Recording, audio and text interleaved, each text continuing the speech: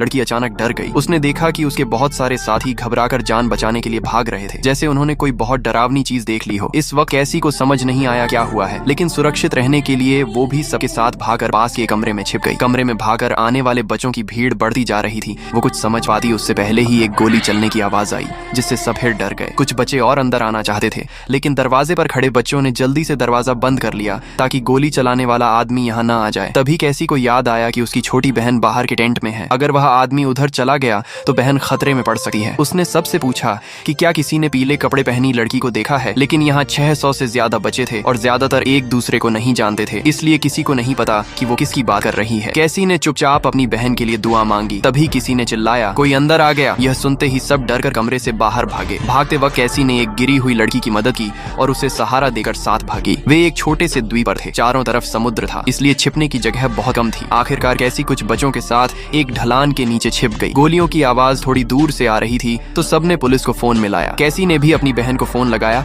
लेकिन कोई जवाब नहीं आया। पुलिस से बात करने वाले बच्चों को पता चला कि यहाँ से शहर बहुत दूर है, इसलिए मदद आने में कम से कम 1 घंटा लगेगा। ये सुनकर कैसी ने तय किया कि वो यहाँ बैठकर इंतजार नहीं करेगी, उसे अपनी बहन को बचाना है। वो सबकी बात अनसुनी करके टेंट की तरफ भागी। वो सुरक्षित पहुंच गई और टेंट में घुसकर अपनी बहन को ढूंढा, लेकिन वो वहाँ नहीं थी। जब उसने फिर से फोन किया तो टेंट के अंदर से ही मोबाइल की वाइब्रेशन सुनाई दी। तब उसे पता चला कि बहन मोबाइल छोड़कर भागी है। वो फिर बाहर भागी। रास्ते में उसने देखा कि बहुत से बच्चे एक चट्टान की दरार में छिपे हैं। वो भी छिपने गई, लेकिन ऊपर से लगातार चीखें आ रही थीं। वो पानी के रास्ते भागने लगी, पर समुद्र में बहुत सी लाशें तैर रही थीं। वो डर गई और वापस लौट आई। वो धीरे धीरे ठंडे पानी में चलते हुए एक दरार में छिपना चाहती थी, लेकिन पहले से वहाँ कुछ बच्चे थे जिन्होंने उसे बाहर निकाल दिया, क्योंकि अगर वो भी वहाँ रहती तो जगह छोटी होने के कारण खतरा बढ़ जाता। कैसी फिर आगे बढ़ी और एक और छोटी जगह में पहुंच गई जहाँ कुछ और बच्चे छिपे थे। उन्होंने उसे अंदर बुला लिया। वहाँ सब बहुत डर के मारे शांत थे। ऊपर से गोलियों की आवाज और चीखें आ रही थी। उन्हें लगा अब शायद मौत से बचना मुश्किल है। कुछ देर बाद बहुत सारे बच्चे वहाँ से भागे, शायद उनका ठिकाना पकड़ा गया था। कुछ बच्चे उनके साथ भागे, लेकिन कैसी को रोक लिया गया कि भीड़ में रहना खतरनाक है। डरी हुई कैसी को शांत करने के लिए एक लड़की ने कहा, गाना गाओ, डर कम होगा। कैसी ने धीरे से गाना गाना शुरू किया, पर किसी ने फुसफुसा कर कहा, गाना बंद करो। वो समझ पाती उससे पहले ही फिर से गोली चली। कैसी और बाकी बच्चे पत्थर से चिपकर चुप हो गए। थोड़ी देर बाद कैसी ने देखा कि ऊपर से गोलियां चलाने वाला आदमी अब भी लोगों को मार रहा है। वो मौके का फायदा उठाकर भागी। रास्ते में उसे पीले कपड़े में कोई दिखा। उसने सोचा वो उसकी बहन है। वो दौड़ी, लेकिन पास जाकर देखा तो वो एक छोटा लड़का था जो मर चुका था। तभी उसके साथ वाली लड़की ने उसे पकड़कर छिपा लिया, क्योंकि ऊपर का आदमी बहुत करीब था। अचानक 2 गोलियां चली और कैसी वहीं मारी गई। उसकी दोस्त डरकर भाग गई और कुछ देर बाद उसे समुद्र किनारे एक नाव दिखी। बचे हुए कुछ बच्चे उस नाव की तरफ भागे और वहाँ से निकल गए, लेकिन कैसी वो अपनी बहन को कभी नहीं ढूंढ पाई और किसी को पता भी नहीं था कि उसके पास ही पीले कपड़े में खड़ी लड़की असल में उसी की बहन थी, जो शुरू से एक कोने